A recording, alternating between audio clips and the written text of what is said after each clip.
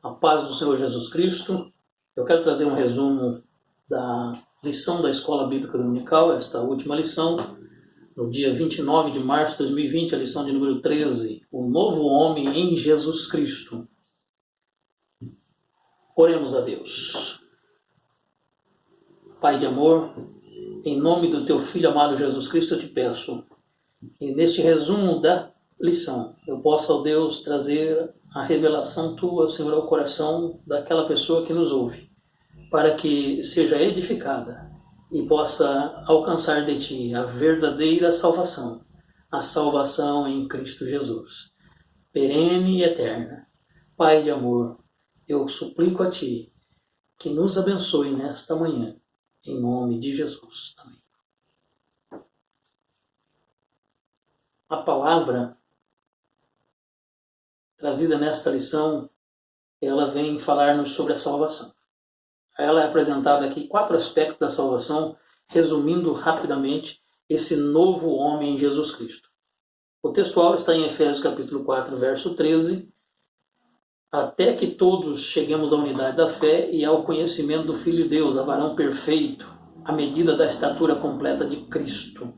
E a verdade prática está em João capítulo 3, do verso 1 ao 16. Recomendo que você leia com bastante cuidado e carinho para que você possa ter uma palavra de Deus ao teu coração mais aprofundada ali. Mas eu quero falar sobre os 4 aspectos da salvação contida nesta lição. O primeiro deles, a regeneração. Amados, veja, o novo homem em Cristo, ele é um homem regenerado.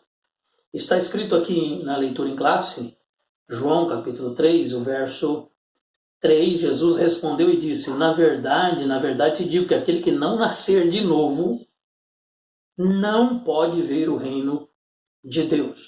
Aqui está falando de um homem regenerado. A resposta de Jesus para Nicodemos, a palavra de Jesus para Nicodemos é a regeneração. Aquele que não nascer de novo. Mas o que é nascer de novo? O que é ser regenerado? Veja, o dicionário teológico do pastor Cláudio Honor de Andrade, na página 252, vai nos falar o que é regeneração. Regeneração é o ato de nascer de novo. Milagre que se dá na vida de quem aceita a Cristo, tornando-o partícipe da vida e da natureza divinas. Através da regeneração, conhecida também como conversão ou novo nascimento, o homem passa a desfrutar de uma nova realidade espiritual. A regeneração não é um processo. É um ato revolucionário que leva o homem a nascer da água e do Espírito. Veja, na verdade, Jesus disse a Nicodemos, porque Nicodemos queria saber como voltar, como nascer de novo, voltar no ventre da mãe e nascer.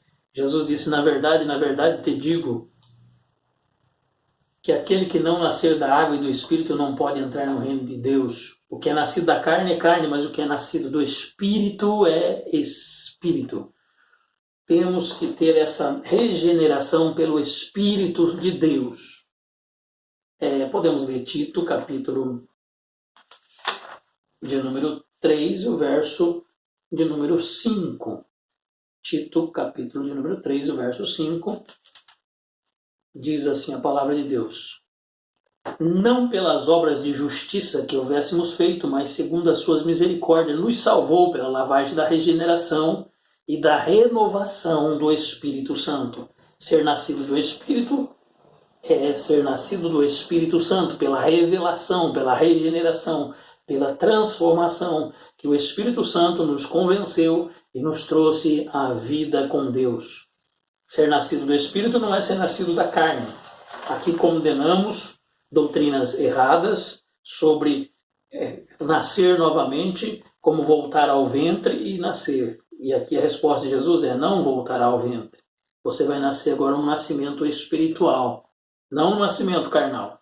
Nascimento da carne, se houvesse essa possibilidade, a carne seria carne. Mas ele diz, nascer do Espírito. É nascer do Espírito de Deus pela regeneração trazida pela palavra do Senhor. Regeneração que nós podemos também ler em 1 Pedro, capítulo 1, e o versículo de número 23, que está escrito, sendo de novo gerados de novo, outra vez. Como? Não de semente corruptíveis, ou seja, não da carne, essa carne é corruptível, mas da incorruptível pela palavra de Deus, viva e que permanece para sempre. É ser gerado pela palavra, é nascer da água e nascer do Espírito, é nascer da palavra e nascer do Espírito. Regeneração que traz um novo nascimento pela água e pelo Espírito, a água da regeneração, da lavagem, a palavra de Deus. Um homem nascido de novo, ele é filho de Deus. Veja, em João capítulo 1, está escrito assim no verso de número 12. Mas a todos quantos receberam, deu-lhes o poder de serem feitos filhos de Deus, a saber, os que creem no seu nome. Para ser filho de Deus, precisa crer no nome do Senhor Jesus Cristo, e essa operação da palavra de Deus, que gerou nele fé, e também agora opera a regeneração, traz a ele uma filiação, ele é filho de Deus. Esta fé foi produzida pela palavra. Romanos capítulo 10, verso 17, a fé vem pelo ouvir, o ouvir da palavra. Você ouvindo a palavra de Deus, a fé é colocada em seu coração. Você crendo no Senhor Jesus Cristo. Quem crer e for batizado será salvo. Marcos 16, 16. Crendo em Jesus Cristo, aceitando a Ele como seu Senhor e Salvador, é operado esta regeneração e você se torna filho de Deus. A regeneração é o ato de nascer de novo. Nova vida. Uma nova vida em Cristo. Bem, o item 2 da lição fala sobre a justificação. A justificação vai falar de algo que vai nos trazer paz. A justificação nós podemos ler em Romanos capítulo 5, verso 1, diz, sendo, pois, justificado pela fé, temos paz com Deus por nosso Senhor Jesus Cristo. O que é justificação? Justificação, o dicionário Aurélio traz na sua página 16 o que é justificação. A justificação é a absolvição. E o que é a absolvição? Aqui na página 16 do Aurélio, a absolvição é a ação ou efeito de absolver. A absolvição é o reconhecimento por sentença da improcedência da ação penal. Quem foi absolvido tornou-se improcedente à ação penal.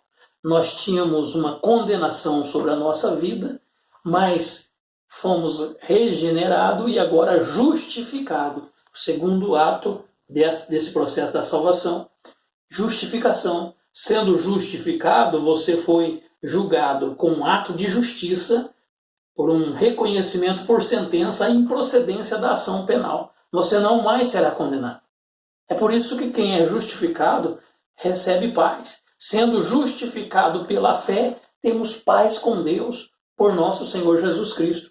A nossa conta foi paga por Jesus Cristo. Fomos justificados, ou seja, foi reconhecido improcedente a ação penal contra nós. Não seremos mais condenados a esse ato de justiça de Deus para conosco. Veja, ainda fala aqui, a absolvição da instância. É a extinção da relação processual, determinada por certos motivos previstos em lei, e em consequência da qual o réu é exonerado da demanda. Não tem mais uma condenação. Fomos exonerados desta demanda. Não existe mais condenação. É por isso que você vai ler em Romanos, capítulo 8, e o verso 1, portanto, agora nenhuma condenação há para os que estão em Cristo Jesus, que não andam segundo a carne, mas segundo o Espírito. É importante colocar que não andam segundo a carne, porque você foi justificado, está livre daquela condenação. Mas e se voltar à prática do erro, do pecado? Aí, essa absolvição para aqueles atos e para aquela sentença você foi perdoado, mas se você volta novamente à prática, então voltará novamente a ser culpado. Veja, em 1 João, capítulo 3, verso 7, está escrito assim: Filhinho, ninguém vos engana. Ninguém vos engane. Quem pratica a justiça é justo, assim como ele é justo. Ou seja, você foi justificado, foi absolvido da pena, foi exonerado daquela condenação. Foi um ato de justiça que te deixou livre. Você está justificado, tem paz com Deus. Bem, ninguém vos engane, meu filho. Quem é justo, pratica a justiça. Se voltar à prática da injustiça, então perde esta justificação, porque volta à transgressão novamente. Você volta a praticar o erro, volta a ser condenado pelo erro. Bem, mas nós não temos condições por nós mesmos de permanecer justo constantemente, mas temos que buscar esta justiça constantemente. Aí a palavra de Deus nos diz assim: veja que é uma luta diária, uma busca diária, uma incessante tarefa diária. Em 1 João capítulo 1, verso 7 diz: mas se andarmos na luz como ele na luz está, temos comunhão uns com os outros, e o sangue de Jesus Cristo, seu Filho, nos purifica de todo pecado. É uma busca constante de permanecer nesta justificação. Permaneça com Deus. Esse ato é um ato de santificação. É o terceiro. Nós falamos sobre regeneração, falamos sobre justificação e agora a santificação, que é permanecer neste ato de justiça de Deus santo. É andar na luz. É andar na luz para ser purificado pelo sangue de Jesus constantemente. Continue andando na luz, praticando o ato de justiça, fazendo a vontade de Deus. É aí que entra o nosso textuário dizendo: até que cheguemos à unidade da fé, até que cheguemos à unidade da fé, ao conhecimento do Filho de Deus, a varão perfeito, à medida da estatura completa de Cristo. Até que é uma constante busca e luta para permanecer fiel ao processo de santificação agora. É um processo diário, é uma busca diária de você estar a cada dia mais praticando a separação do mundo. Em 1 Pedro, capítulo 3, nós lemos assim, em 1 Pedro, capítulo 1, versículo 13, nós lemos assim, versículo 13 a seguir está escrito: portanto, cingidos os lombos do vosso entendimento, sede sóbrio, e esperai inteiramente na graça que se ofereceu na revelação de Jesus Cristo, como filhos obedientes, não vos conformando com as concupiscências que antes havia em vossa ignorância, mas como é santo aquele que vos chamou, sede vós também santos em toda a vossa maneira de viver. Portanto, escrito está: sede santos, como eu sou santo. E se invocai por Pai aquele que, sem acepção de pessoas, julga, segundo a obra de cada um, andai em temor durante o tempo da vossa peregrinação. Aqui está falando da nossa vida diária, a nossa vida de peregrinação, uma vida de santificação, viver uma vida de completo afastamento das coisas do mal, do erro, da injustiça, do pecado, separado deste mundo. Sede santos, porque eu sou santo, diz o Senhor. Aqui está se reportando ao próprio Deus quando disse lá em Levítico capítulo 20, verso 26, sede santos, porque eu sou santo. A santificação aqui no dicionário teológico O pastor Claudio Honor nos diz que a palavra santificação vem do latim e nos diz que é a separação do mal e do pecado. É a separação do mal e do pecado.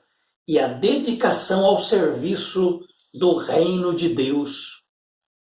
É a forma pela qual o Filho de Deus aperfeiçoa-se à semelhança do Pai Celeste. A semelhança do Pai Celeste, como está em Levítico 11, verso 44. A santificação só é possível através da palavra de Deus e mediante o sangue de Jesus Cristo, como está aí em 1 João 1, 7, andando na luz, como ele na luz está, o sangue de Jesus nos purifica. Lá em João capítulo 17, verso 17, nós lemos assim: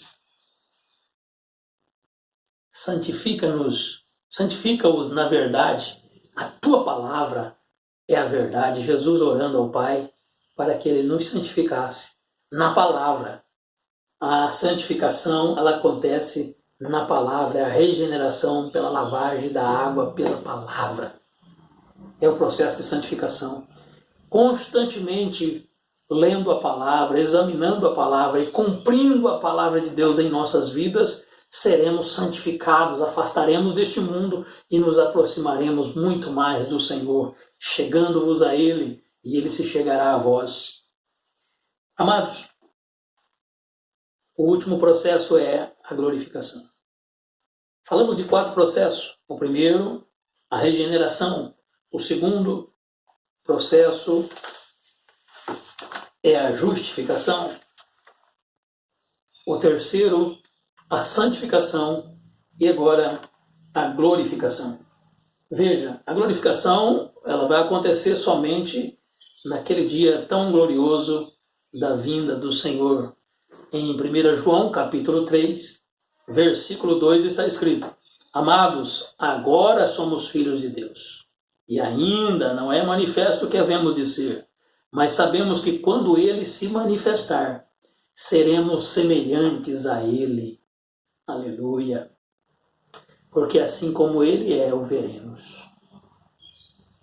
Esse processo da glorificação vai acontecer naquele dia, ou do arrebatamento da igreja,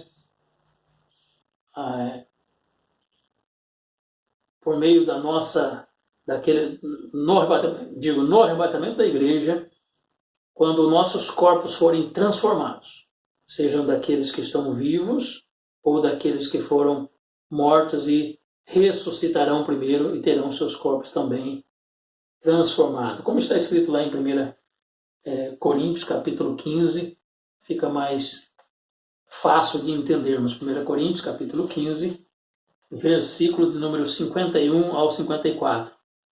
E eis que vos digo um mistério. Na verdade, nem todos dormiremos, mas todos seremos transformados.